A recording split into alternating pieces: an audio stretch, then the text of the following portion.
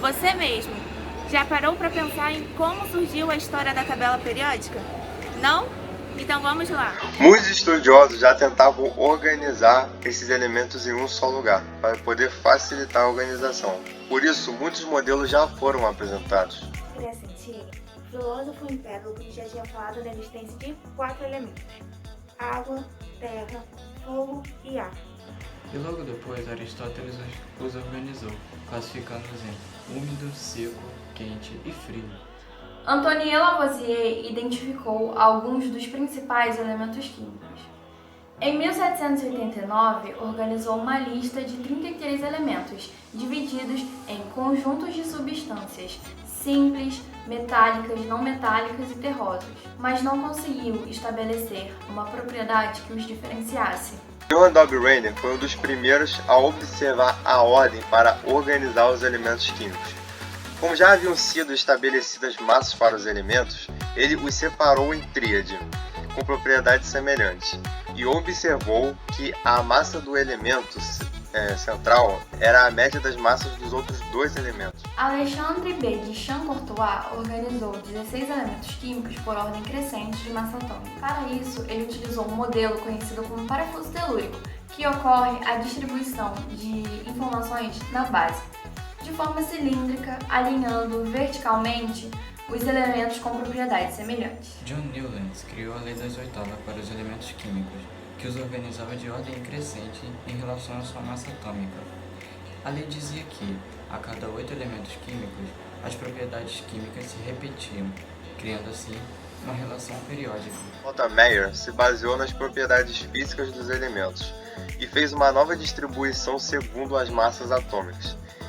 Ele observou que entre os elementos consecutivos, a diferença das massas era constante e concluiu a existência de relação entre a massa atômica e as propriedades de um grupo. Mendeleev teve a mesma ideia que Meyer, mas ele, de forma mais meticulosa, organizou os 63 elementos em um quadro periódico, de acordo com suas massas atômicas. Além disso, deixou espaço vazio para os elementos que ainda não eram conhecidos, facilitando na organização dos elementos, chegando na atual tabela periódica que conhecemos atualmente: urânio, césio, hélio, hidrogênio e rádio. O que esses elementos têm em comum? Vamos ver? A obtenção de energia é gerada por uma fonte nuclear, que é obtida a partir do calor da reação do urânio de maneira controlada.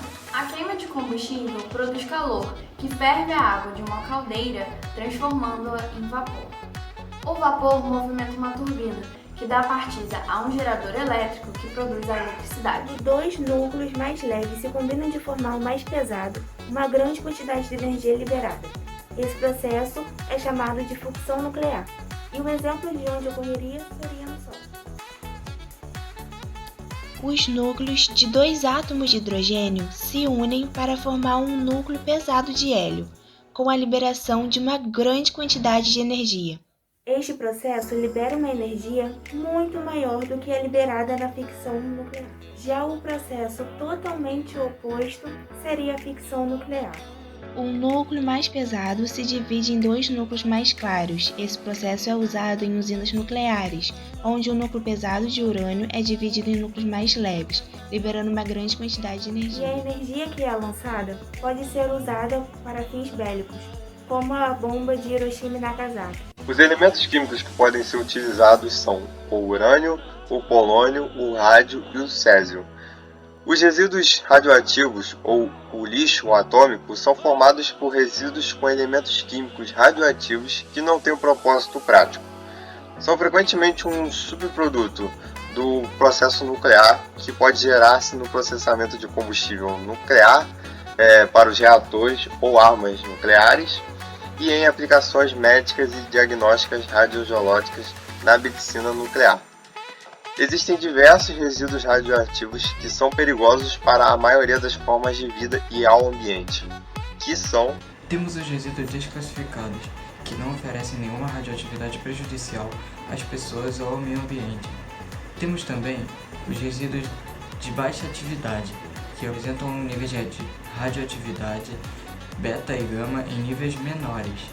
Somente são classificados deste nível aqueles que apresentam uma meia-vida inferior a 30 anos e devem-se armazenar esses resíduos em armazéns superficiais. Os resíduos de média atividade, quando comparados aos de baixa atividade, possuem níveis superiores de radioatividade gama e beta. Os resíduos de alta atividade são todos aqueles transmissores de radiação alfa, beta ou gama e que superem os limites impostos sobre os resíduos de média atividade.